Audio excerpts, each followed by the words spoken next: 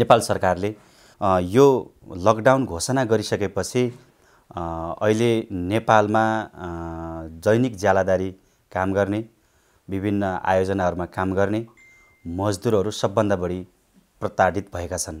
जुन सरकारले घर जानको लागि चैत 11 गते लकडाउन घोषणा गर्नुभन्दा अगाडि 2 दिन मात्र समय दिएपछि मजदुरहरू आफ्नो गन्तव्य अथवा सम्बन्धित जिल्लामा जान भ्याएनन्। त्यसकारणले गर्दा अहिले सडकहरूमा रात बिरात हिँडिरहेका तस्बिरहरूले अहिले सामाजिक सञ्जालदेखि मिडियाहरू रङ्गिएका छन्। यसै सिलसिलामा श्रम, रोजगार तथा सामाजिक सुरक्षा मन्त्री रामेश्वर राय यादव हुनुहुन्छ। हजुर समय संवादमा स्वागत छ। धन्यवाद। हजुरलाई सन्चै छ? सन्चो छैन। मलाई साँच्चै कुरा भन्ने हो भने सन्चो छैन। म यो अहिले यो लकडाउनकै अवस्थामा मलाई यो जनै खटिराले साह्रै पिरोलेको छ। तपाईँ हेरिहाल्नु, मैले लुगा लाउन पनि नसक्ने, दाढी काट्न पनि नसक्ने, नुहाउन पनि नसक्ने, साह्रै अप्ठ्यारो पोजिसनमा छु। तपाईँको यो स्वास्थ्यको बारेमा थोरै चर्चा गरौँ।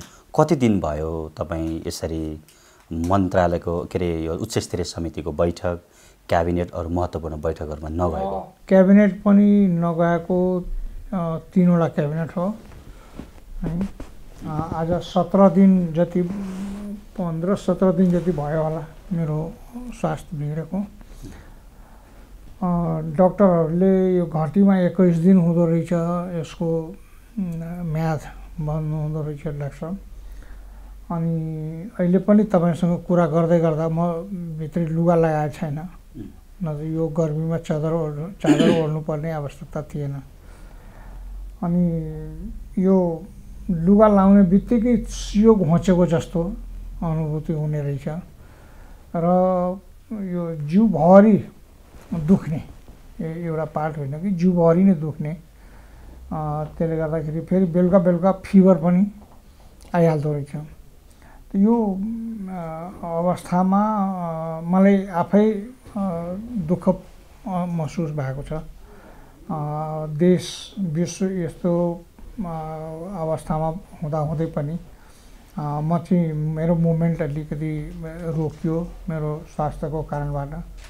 त्यो चाहिँ पटक्कै मैले राम्रो मान्ने छैन यसलाई। र यो दुःखद घडी हो। तर पनि यो दुःखद घडीमा पनि म टेलिफोन मार्फत, इमेल मार्फत सम्पूर्ण संयोजनका कामहरू गरि नै राखेका हुन्छु। यो अहिलेको वर्तमान परिस्थितिमा जुन गरिब निमुखाहरू काम नपाएर खान नपाएका स्थितिहरू छन्, त्यहाँ पनि के कस्तो भइरहेछ, जिल्ला जिल्लामा के छ अवस्था, त्यो समन्वय गरिराखेको छु। अहिले तपाईँको पार्टी, जुन पार्टीमा हुनुहुन्छ नेकपा, जसले आफूलाई मजदुर किसानको जगमा उभिएको पार्टी भन्छ, त्यही पार्टीको सरकारको अहिले मन्त्री हुनुहुन्छ। अहिले ती मजदुरहरू काठमाडौँदेखि दाङ, नेपालगञ्ज, बाँके हुँदै कैलाली कञ्चनपुर, पूर्वको झापा, मोरङ, सुनसरी, सोलुखुम्बुसम्म पुगिरहेका छन् हिँडेर, रात बिरात खाइ नखाइ गरेर। मन कटक्क खाएको छैन अहिले? एकदम यो दुःखको कुरा हो, दुःखद कुरा हो। र हाम्रा नेपाली दाजुभाइ दिदीबहिनीहरूले यो कुरा बुझ्नुपर्ने। उहाँहरू यस्तो कष्ट गरेर जानै नहुने। किनभने जब यो विश्वव्यापी नै लकडाउन भइरहेको अवस्थामा यस्तो मुभमेन्ट गर्नु पनि आफैमा एउटा सङ्क्रमित हुने सम्भावनाहरू बढी हुन्छ। र सरकारले त्यो कुनै इमर्जेन्सी लगाएर गरेको लकडाउन होइन। यो अवस्थामा हाम्रा नागरिकहरू सुरक्षित रहन्, जो जहाँ छन् त्यही सुरक्षित रहन् भन्ने उद्देश्यले लकडाउन लगाएको हो। र यसलाई हामीले अवज्ञा गर्नुपर्ने वा यसलाई तोडेर पुरुषार्थ देखाउनु पर्ने अवस्था छैन। तर उनीहरूको पनि मजबुरी होला। अब हाम्रो वर्तमान सरकारले के गरेको छ भने, यस्तो अवस्थामा जो जहाँ छ त्यही उसलाई आश्रय दिने, खाने व्यवस्था, खाने सुत्ने व्यवस्था गर्ने भनेर सरकारले निर्णय गरेको छ। र जुन ठाउँमा बसेको छ त्यहीँको स्थानीय वडा अध्यक्षले वा स्थानीय सरकारले तिनका सम्पूर्ण व्यवस्थापन गर्ने निर्देशन नेपाल सरकारले गरेको छ र त्यो नेपाल सरकारले यो गरेको अवस्थामा हामीहरू ठाउँ ठाउँमा फोन गरेर बुझ्दाखेरि सबै ठाउँमा त्यो अवस्था रहेको छ, सबै पाइराखेको छ। तर यी हाम्रा मजदुर साथीहरू वा अन्य विद्यार्थी साथीहरू पनि केही यो लकडाउन हुने बित्तिकै अब के नहोला भनेर एउटा भयको वातावरण भएर कतिपय ठाउँहरूमा पैदलै हिँडेर सैकडौँ किलोमिटर दूरी तय गरेको पनि फोटोहरू देखिन्छ, टिभीमा देखिन्छ। त्यो चाहिँ एउटा दुःखद पक्ष हो। हिजो भर्खरै नेकपा निकट मजदुर सङ्गठनका अध्यक्षसँग मेरो संवाद भएको थियो। उहाँले के भन्नुहुन्थ्यो भने अहिले राहतको कार्यक्रम स्थानीय तहलाई दिने त भनियो, तर स्थानीय जनप्रतिनिधिले भोट हाल्यो कि हालेन भन्ने आधारमा राहत दिने काम भयो र मजदुरहरूको सवालमा पनि ठेकेदारहरूले लकडाउन लगत्तै मोबाइल स्विच अफ गरेर भाग्ने काम गर्यो र जसले गर्दाखेरि जतिले पाउनुपर्ने आफ्नो मजदुरीको तलब थियो त्यो तलब पनि दिएनन्, जसले गर्दाखेरि मजदुरले थप पीडा भोग्नु पर्यो भन्नुभएको छ। त तपाईँको कुरामा 100% म विरोध गर्दिनँ है, किनभने यत्रो ठुलो व्यापक स्तरमा हामीले व्यवस्थापन गर्दाखेरि कहीँ न कहीँ केही न केही कमी कमजोरी भइहाल्दो रहेछ। त्यो भएको हुनसक्छ, तर यो जुन पार्टीको कुरा तपाईँले उठाउनु भयो, हाम्रो पार्टी निश्चित रूपमा मजदुरहरूको हितमा, सर्वहाराहरूको हितमा काम गरेको छ। यो हाम्रो पार्टीको स्पष्ट रूपमा निर्देशन छ कि हाम्रो देशमा काम नपाएको कारणबाट वा लकडाउनको कारणबाट कोही पनि मजदुर, किसान, श्रमिकहरू भोकै मर्नु नपरोस्, खानापिना अप्ठ्यारो नपरोस् भन्ने सबै सरकारको कडा निर्देशन छ, पार्टीको पनि कडा निर्देशन छ र त्यसै अनुकूलका निर्देशनहरू सरकारले सबै स्थानीय सरकारहरूलाई र प्रदेश सरकारहरूलाई दिइसकेको छ। यस्तो अवस्थामा व्यवस्थापकीय त्रुटिहरू कहीँ कतै केही हुनसक्छ है, त्यसलाई म हुँदैन भएको छैन भन्न सक्दिनँ। मेरो पनि इन्फर्मेसनमा कहीँ कतै केही त्रुटिहरू भएको छ, तर नियतवश होइन, संयोगवश त्यस्तो परिस्थिति आएको छ र त्यसको पनि समाधान हामी जहाँ इन्फर्मेसनहरू भइरहेछ, जहाँको जानकारी हामीलाई भइरहेछ, हामी त्यहाँ सम्पूर्ण व्यवस्थापन गर्ने हाम्रो प्रयासहरू भएको छ। र अहिले पनि म तपाईँहरूसँग आउँदै गर्दा म यो 2 नम्बर प्रदेशको संयोजकको हिसाबमा मैले सबै जिल्लाहरूमा कोअर्डिनेट गरिरहेको थिएँ र सबै जिल्लाहरूको अवस्था बुझ्दै गइरहेको थिएँ। त्यहाँ यो आइसोलेसनमा बस्नेहरूको व्यवस्था के छ, यो उसमा क्वारेन्टाइनमा बस्नेहरूको अवस्था के छ, मेडिसिनको अवस्था के छ, खाद्यान्न वितरणको अवस्था के छ आदि विषयहरूमा मैले त्यहाँ 2 नम्बर प्रदेशका मन्त्रीहरूसँग पनि कुरा गरिरहेको थिएँ। उनीहरू सबका सब लागिरहेछन् है। अहिले हामी कुनै प्रदेशको कुनै मन्त्री कुन पार्टीको छ, सरकार कुन पार्टीको छ, त्यो स्थानीय सरकार कुन पार्टीको छ, कुन व्यक्तिको छ, कुन समुदायको छ, त्योभन्दा माथि उठेर मानव मात्रको सेवामा सम्पूर्ण स्थानीय निकाय, स्थानीय सरकार, प्रदेश सरकार र सङ्घ सरकार लागि परेकोले त्यसको व्यवस्थापकीय पक्ष यदाकदा कमजोर देखिए पनि समष्टि रूपमा हामीहरू सबैजना सजग छौँ। जस्तो यो लकडाउन हुनुभन्दा अगाडि त्यही नेकपाकै फेरि जोडे नेकपाकै मजदुर सङ्गठनले तपाईँहरूलाई 11 बुँदे सुझाव दिएको रहेछ। विश्वव्यापी कोरोनाको महामारीले यहाँ पनि असर गर्न सक्छ, यी 11वटा सुझावहरूलाई पनि मनन गर्नुहोला भनेर उहाँहरूले दिनुभएको थियो। तर त्यसलाई चाहिँ पुरै व्यवस्था गरियो भनेर मजदुरका नेताहरूले भन्ने गर्छ नि सर?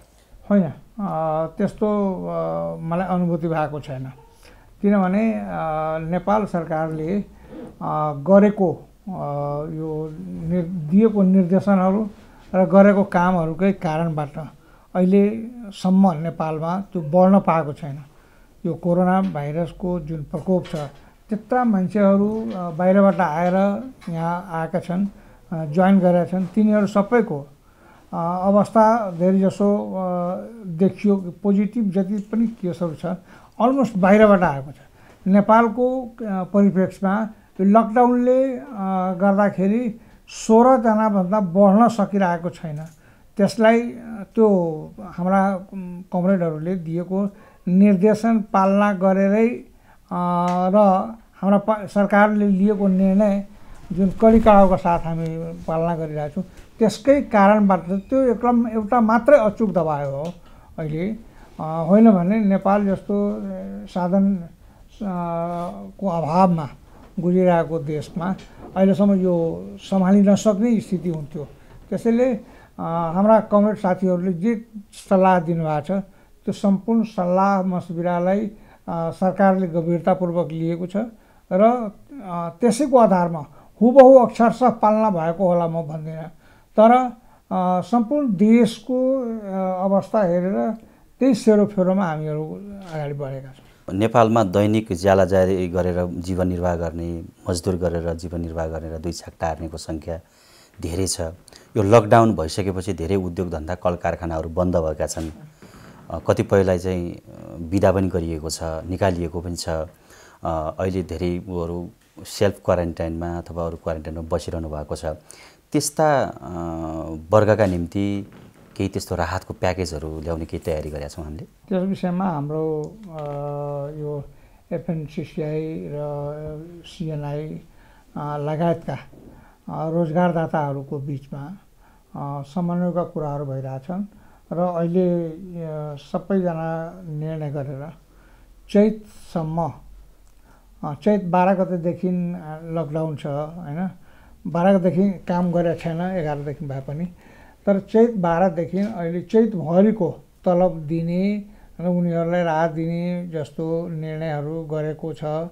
त्यो चाहिँ एउटा सार्वजनिक भइसकेको छ र त्यो एउटा ठुलो कल्याणको कुरा हो।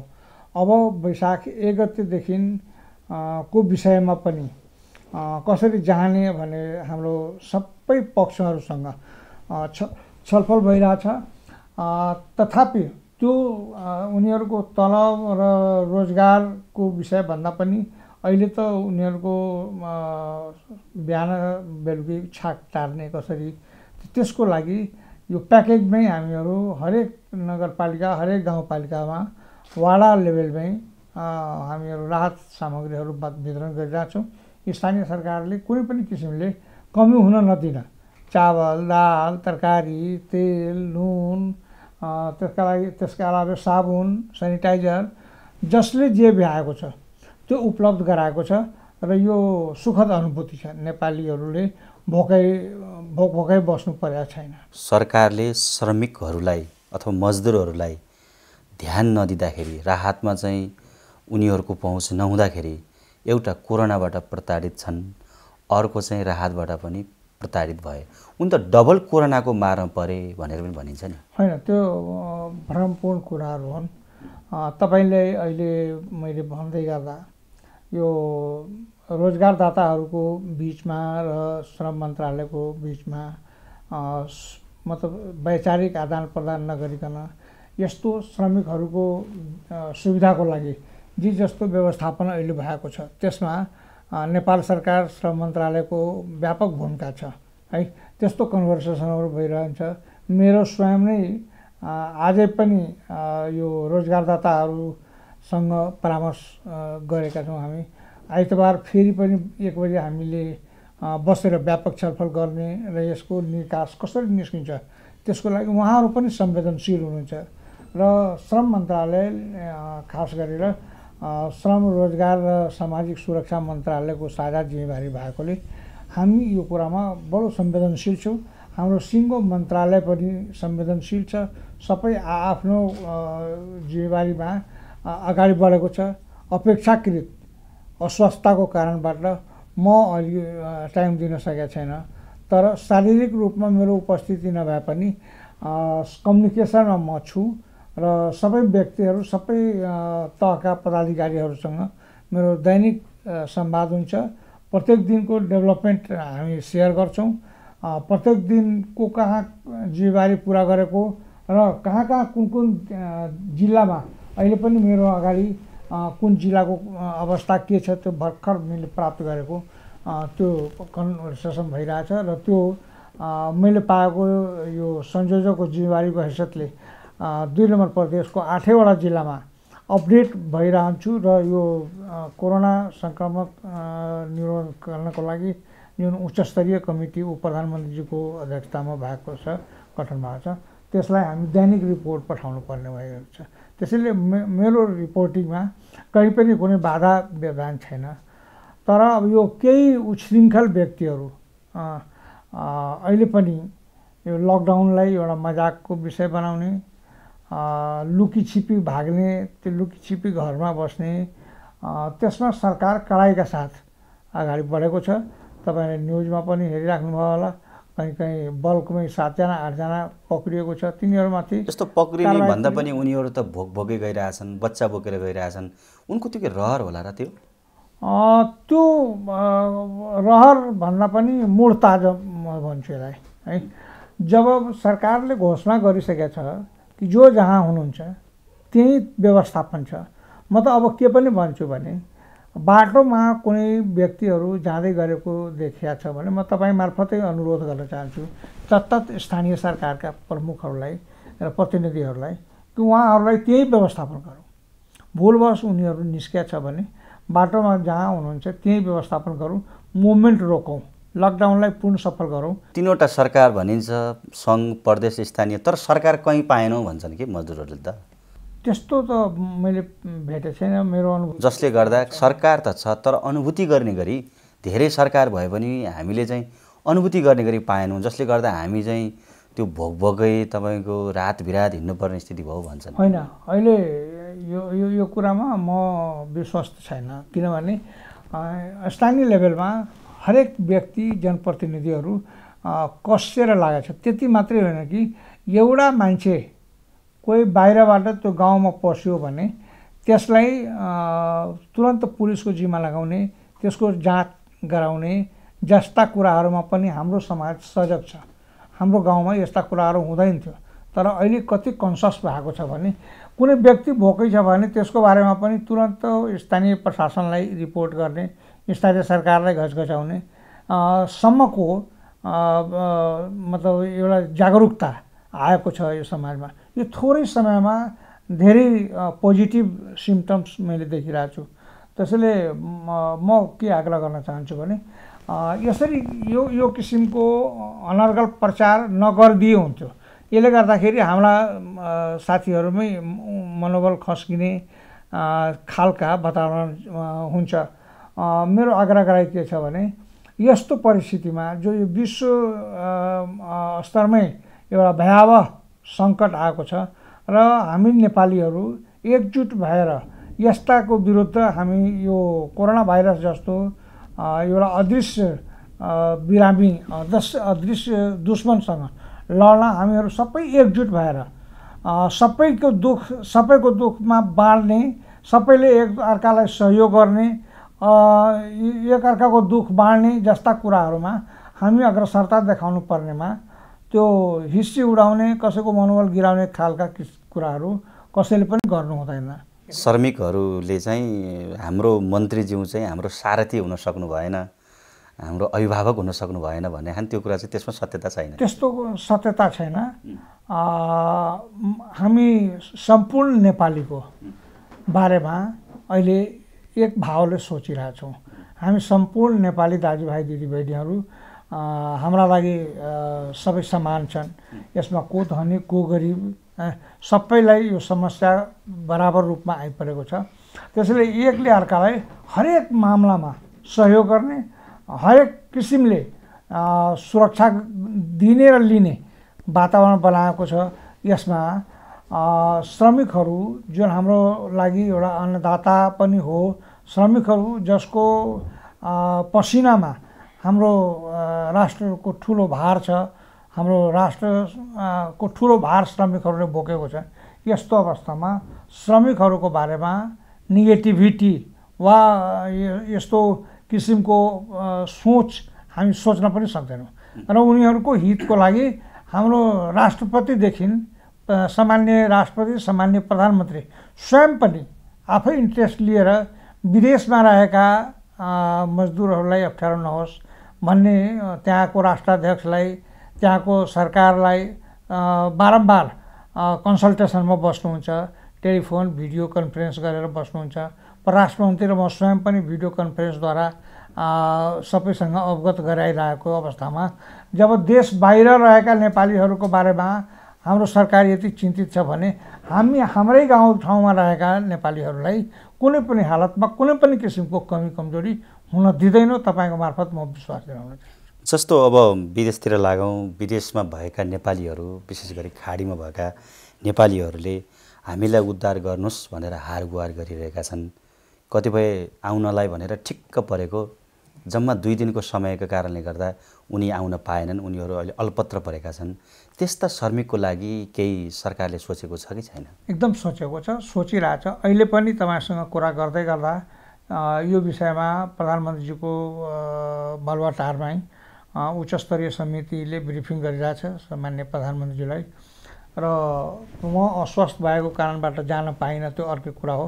तर अहिलेको परिस्थितिमा खास गरी खाडी मुलुकमा जुन अव्यवस्थाहरू ठाउँ ठाउँमा भएको छ त्यसको विषयमा हाम्रो परराष्ट्र मन्त्रीज्यू सबै एम्बेसडरहरूसँग कुरा गरिराख्नु भएको छ।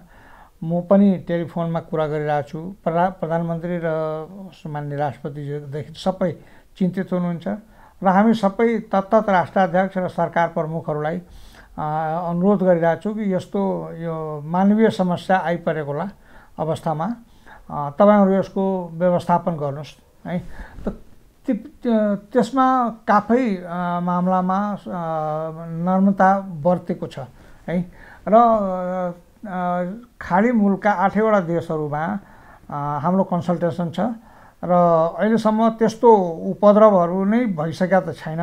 तर धेरै रोजगारदाता कम्पनीहरूले अब तपाईँहरू जानुहोस्, तपाईँहरूलाई काम दिन सकिँदैनौँ भन्ने किसिमको कुराहरू गरिरहेछ।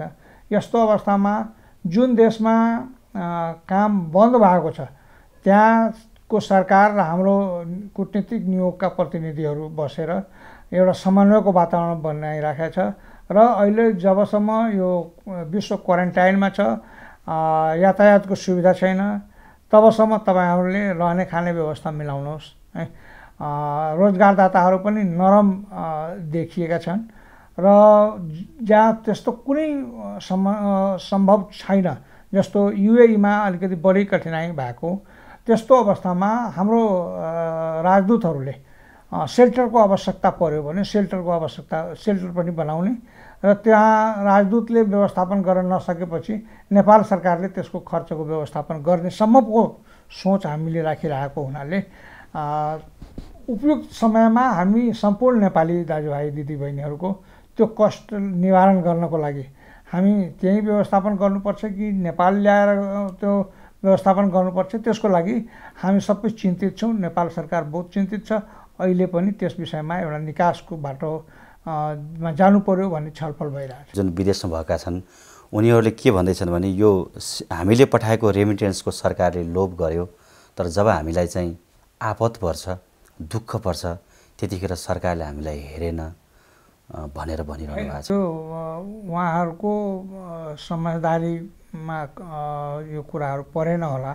तर नेपाल सरकार, मैले पहिले पनि भने कि जुन देशको राष्ट्रपति एउटा मजदुरको बारेमा संवेदनशील हुन्छ, जुन देशको प्रधानमन्त्री आफै बिरामी हुँदाहुँदै पनि त्यो विदेशमा रहेका नेपालीहरूको बारेमा चिन्तित छ र सिङ्गो सरकार चिन्तित भइरहेको अवस्थामा उहाँहरूलाई कुनै पनि किसिमले दुःख कष्ट भोग्न दिने खालको हामी कुनै पनि हालतमा सहँदैनौँ।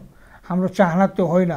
तर प्रकृति प्रदत्त यो प्रकोपमा जहाँ यातायातको सुविधा छैन, अब हामीले चाहेर पनि त प्लेन आउँदैन, आएपछि उहाँहरूको यहाँ पनि क्वारेन्टाइनमा राख्नुपर्ने परिस्थिति आउँछ। त्यसैले अब अहिले त्यहीँ पनि क्वारेन्टाइनमा हो कि आइसोलेसनमा हो कि कहाँ हो, त्यो सम्पूर्ण जाँच गरेर त्यसपछि नेपाल फर्किने परिस्थिति आउनासाथ हामी नेपालमा ल्याउने र उहाँहरूलाई जाँच गर्ने, उहाँहरूलाई क्वारेन्टाइनमा राख्ने कि आइसोलेसनमा राख्ने गरेर उहाँहरूको सुरक्षा नै हाम्रो सुरक्षा हो। हाम्रो नेपाली समाजको सम्पूर्ण सुरक्षाको जिम्मेवारी हामी सबैमा भएकोले एकले अर्कालाई सुरक्षा कसरी दिने हो, एकले अर्कालाई सहयोग कसरी गर्ने हो, त्यसमा हामी सबै चिन्तित भइरहेको अवस्थामा हाम्रा नेपाली दाजुभाइ जुन लाखौँको सङ्ख्यामा छन् बाहिर, उहाँहरूलाई पनि आदरपूर्वक र सम्मानपूर्वक हामी नेपालमा कतिखेर भित्र्याउने त्यो व्याकुलता हुँदै पनि प्रतिकूल परिस्थितिको कारणबाट हामी ल्याउन सकिरहेको छैनौँ। त्यसको लागि हामी सम्पूर्ण शक्तिहरू, सम्पूर्ण निकायहरू, स्वयं सामान्य राष्ट्रपति, सामान्य प्रधानमन्त्रीदेखि तल्लो निकायसम्म सबै चिन्तित छौँ र त्यसको लागि हामी सम्पूर्ण व्यवस्थापन गरिरहेछौँ। जस्तो अब त्यहाँ खाडीमा जति मृत्यु भएको डेड बडी छ त्यो लामो समयदेखि अड्किरहेको छ भन्छन्, तिनीहरूको ल्याउने प्रक्रिया? त्यो 68 मोटामोटी कोरोना भाइरसबाट अहिलेसम्म बाहिर यो मरेका, मृत्युवरण गरेका हाम्रा 14 जना छन्। ती 14 जनाको लास त उतै दाह संस्कार गर्ने एउटा सोच बनाइरहेछ। बाँकी 68 वटा लासहरू बाहिर रहेको छ विभिन्न कारणले मृत्युवरण गरेका। र ती 68 मध्ये एकजना कोरियामा भएको व्यक्तिको पारिवारिक सहमतिको आधारमा दाह संस्कार त्यहीँ गर्ने भनेर निर्णय भएको छ, त्यो गरियो। र अहिले बाँकी 67 जति जुन लासहरू छ तिनीहरूको पनि पारिवारिक सहमति भयो भने उतैपट्टि दाह संस्कार गर्ने जस्तो कुराहरू पनि उठिरहेछ। र त्यसको लागि हाम्रो यो वैदेशिक रोजगार प्रवर्धन बोर्डले एउटा कन्सल्टेसनमा छन्। जुन परिवारको सहमति भयो कि त्यहीँ दाह संस्कार गरिदिने, किनभने लामो समय भएको छ र लामो समयमा अहिलेको परिस्थितिमा हामी फेरि पनि यो लकडाउन कहिलेसम्म खुल्छ त्यसको ठेगान भएन। यस्तो परिस्थितिमा हामी के गर्ने, कसरी गर्ने भन्ने एउटा चिन्तनमै छौँ। यदि त्यो परिवारको सहमतिले त्यहाँ दाह संस्कार भएन भने त्यो लासहरू पनि यहाँ झिकाउने वातावरण हामी बनाउँछौँ लकडाउन खुलेपछि। यता हाम्रो छिमेकी देश भारतको विषयमा सोधिएन भने फेरि अपूर्ण होला होइन। जस्तो चीनको वुहानमा अल्पत्र परेका नेपालीलाई ल्याएर क्वारेन्टाइनमा राखेर व्यवस्थित तरिकाले चाहिँ बिदाई गर्यो, सरकारको उच्च प्रशंसा पनि भयो। जब यहाँ भारत, छिमेकी देश भारतबाट चाहिँ लकडाउन लगाएपछि वारवार्ती मान्छे आए, सबभन्दा धेरै सुदूरपश्चिम प्रदेशमा 2 नम्बर प्रदेशसम्मका मान्छेहरू आए। 2 नम्बर 3 नम्बर 6 नम्बर कर्णाली प्रदेश, यता 5 नम्बरका मान्छेहरू आए त्यो सुदूरपश्चिम प्रदेश मार्फत। त्यतिखेर चाहिँ आउने नेपालीहरूलाई पटक्कै वास्ता गरिएन। सीमामा न खाने व्यवस्था भयो, न बस्ने व्यवस्था भयो, न क्वारेन्टाइनको व्यवस्था भयो। हुँदा एकजना नेपाली त महाकाली तरेर वारी आउनुभयो र सरकार प्रहरीले चाहिँ तपाईँको पक्राउ गरेर त्यो निर्वस्त्र घुमायो। सरकार पनि हाल्छ नि, किन यस्तो व्यवस्था गरेको? व्यवस्था गरेको होइन, तपाईँले भनेको अब चाइनामा यो लकडाउनमा परेका भाइहरूलाई हामी त्यत्रो मेहनत गरेर व्यवस्थापन गऱ्यौँ र यहाँ क्वारेन्टाइनमा राखेर उहाँहरूलाई सकुशल भइसकेपछि, उहाँहरू पास भएपछि घर घरमा पुर्याइयो भनेपछि त्यसले गर्दाखेरि त्यसले एउटा के हुन्छ भने भावनात्मक सन्देश दिन्छ नेपालीहरूप्रति नेपाल सरकार कति संवेदनशील छ भन्ने कुराको एउटा सन्देश पनि हो त्यो आफैमा। र त्यो सन्देशबाट हामी एउटा प्रेरणा लिनुपर्ने, सबक लिनुपर्ने कि नेपाल सरकार जो हाम्रो नेपाली दाजुभाइ दिदीबहिनीहरू बाहिर छन् त्यसको बारेमा कति संवेदनशील छ। रह्यो तपाईँले भारतसँगको प्रसङ्ग जोड्नु भयो। भारतमा लकडाउन भएपछि र यहाँ एक पनि लकडाउन भएपछि वारवार्ती लाखौँको सङ्ख्यामा मान्छेहरू आउन थाले। अब लाखौँको सङ्ख्यामा बिना योजना आउँदाखेरि त्यसको व्यवस्थापकीय कमजोरीहरू भएको हो है। किनभने अब भारत पनि त्यतिखेर सचेत थिएन, नेपाल पनि त्यतिखेर सचेत थिएन, यो बल्कमा सचेत थिएन यति बल्कमा आउँछ भन्ने कुरा। हामीलाई त भारतमा हाम्रा नेपालीहरू कति छन् त्यसको पनि यथेष्ट जानकारी छैन है। त्यसैले त्यो व्यवस्थापकीय कमी कमजोरी हुँदाखेरि त्यतिखेर तत्कालीन अवस्थामा अलिकति कमी कमजोरी देखियो।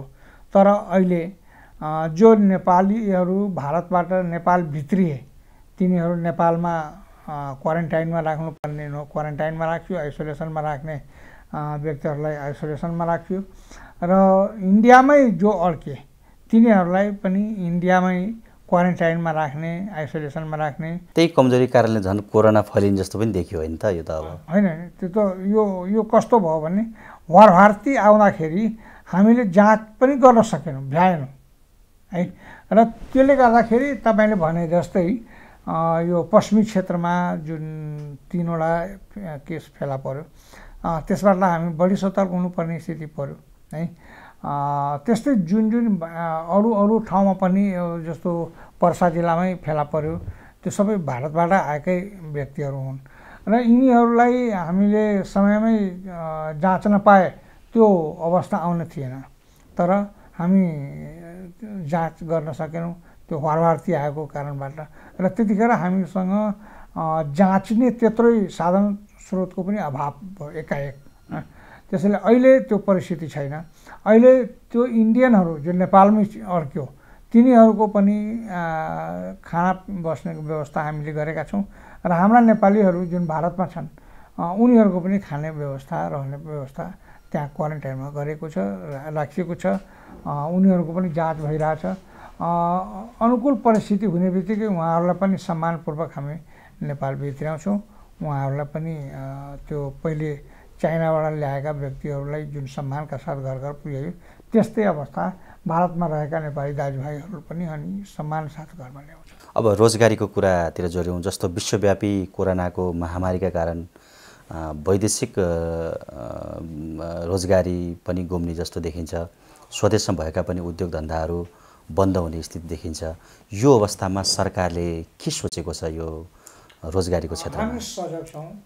नेपाल सरकार सजग छ, श्रम मन्त्रालय सजग छ, श्रम रोजगार तथा सामाजिक सुरक्षा मन्त्रालय एकदम सजग छ। तपाईँलाई सम्झना होला, म मन्त्री हुँदाखेरि पहिलो दिन प्रेसमा मैले के भनेको थिएँ भने हामी नेपालीहरूलाई विदेशमा भन्दा स्वदेशमै रोजगारको वातावरण बनाउनुपर्छ भनेर मैले भनेको थिएँ। त्यो कुरा अझै यथार्थ चरितार्थ हुँदैछ। हामी कहाँ रोजगारका थुप्रा अवसरहरू छन् है। मलाई लाग्छ हामी व्यवस्थित रूपमा जाने हो भनी नेपालमा हामी नेपाली युवाहरूलाई प्रशस्त अवसरहरू छ। जस्तो तपाईँले भनिदिउँ, यहाँ नेपालमा जति पनि कन्स्ट्रक्सन वर्क्सहरू हुन्छ, हाम्रा नेपाली युवाहरू बाहिर काम गर्ने, यहाँ बाहिरको मान्छेले काम गर्ने, घर बनाउनेदेखि लिएर प्लम्बरको कामदेखि लिएर इलेक्ट्रिसियनदेखि लिएर सबै बाहिरका मान्छेहरूले यहाँ काम गरिरहेका है। त्यसैले हामी कहाँ रोजगारको अवसरै नभएको होइन। मलाई लाग्छ हाम्रो त्यत्रो एग्रिकल्चर सेक्टर छ, हाम्रो भर्जिन ल्यान्डहरू छ। यो कृषिलाई नै वैज्ञानिकीकरण गर्यो भने लाखौँ लाख कार्यकर्ता युवाहरू त्यसमा इन्भल्भ हुन सक्छ र समृद्ध नेपाल सुखी नेपालीको जुन सपना हामीले हेरेका छौँ त्यो सपना साकार गर्नको लागि, उत्पादकत्व बढाउनको लागि हामी नेपाली पाखुराहरू नेपालमा श्रम गऱ्यो भने हाम्रो समृद्धितिर हामी लम्किन्छौँ।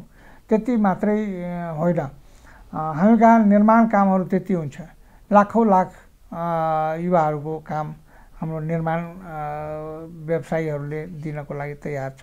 हाम्रो हाइड्रो पावरमा लाखौँ युवाहरूले काम पाउने स्थिति छ। टुरिज्म सेक्टरमा, होटल व्यवसायीहरूमा प्रशस्त अवसरहरू छ। त्यसैले हामीहरू नेपालमा बाहिरबाट यो रोजगार गुमेर वा नपाएर फर्किने अवस्था आएको हामीले के प्लानिङ गरेका छौँ भने सम्पूर्ण श्रमिकहरूको एउटा श्रमिक ब्याङ्क खोल्ने र रजिस्टर्ड गर्ने त्यसलाई सबैलाई है। र त्यो श्रमिक ब्याङ्कमा सबै रजिस्टर्ड भइसकेपछि उनीहरूको चाहना अनुकूलको ट्रेनिङ दिने है। अब उपरान्त देशभित्र वा देश बाहिर अनट्रेन्ड अनस्किल्ड म्यान पावरलाई हामी काममा लगाउँदाखेरि उत्पादकत्व नबढ्ने उनीहरूले पनि श्रमिक जति पाउनुपर्ने त्यति नपाउने है।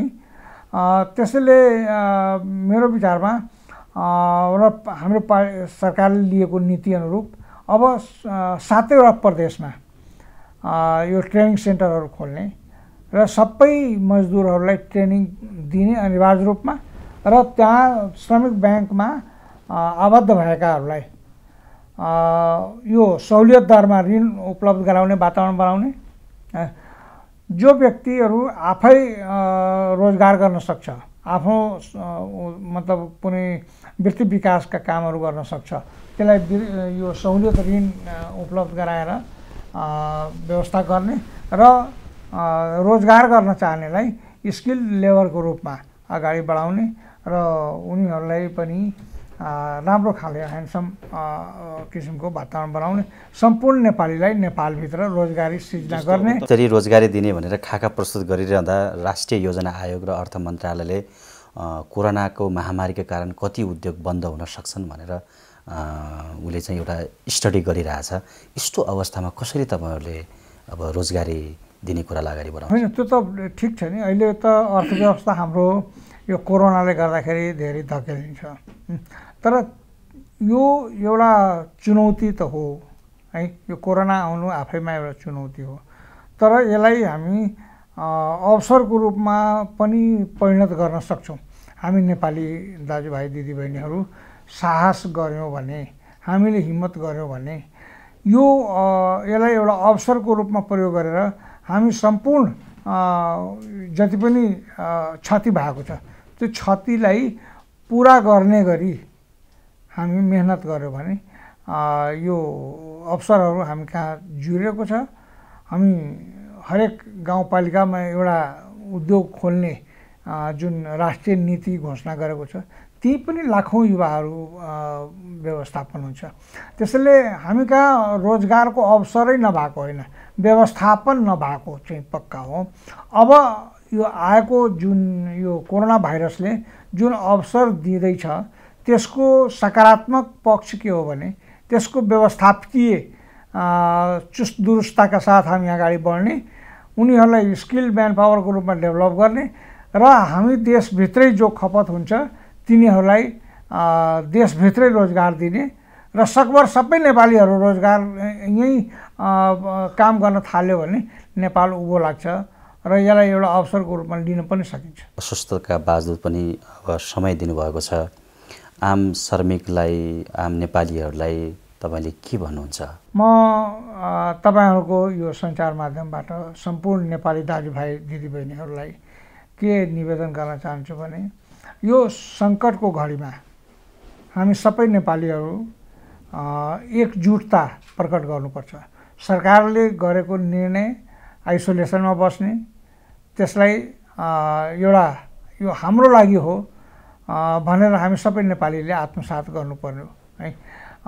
बढी से बढी कम्युनिकेसन ग्यापमा हामी बस्नुपर्यो, सोसल डिस्टेन्स मेन्टेन गर्नुपर्यो र आफूलाई यो कोरोना भाइरससँग सम्बन्धित कुनै पनि किसिमको शरीरमा सिम्पटम्स देखाइदियो भने त्यसको तुरन्त जाँच गराउन यथाशक्य चाँडै त्यहाँ जहाँ हुनुहुन्छ त्यहीँ वरिपरिका स्वास्थ्य चौकीहरूमा वा स्वास्थ्यका निकायहरूमा गएर चेक जाँच गराउने र आफ्नो कारणबाट अन्त कतै सङ्क्रमित नहुनको लागि हामी सजग रहनुपर्छ भन्ने मलाई लाग्छ र सम्पूर्ण नेपाली दाजुभाइहरूलाई यस्तो आपतको बेलामा ठुलो साहस देखाउने, ठुलो हिम्मतका साथ अगाडि बढ्ने, कोरोनासँग डराउनु पर्दैन, सचेत रहनुपर्छ र हामी सचेत रह्यौँ भने नेपालले यो कोरोनालाई हराउँछ, हामी नेपाली जित्छौँ। नेपाल लाइफको लागि समय दिनुभयो, तपाईँलाई धेरै धेरै धन्यवाद। तपाईँ आएर यस्तो अवस्थामा पनि मलाई यो भएको यथार्थ कुराहरू पस्किने अवसर दिनुभयो। तपाईँहरूलाई, तपाईँको सम्पूर्ण युनिटलाई धन्यवाद। हस्, धन्यवाद।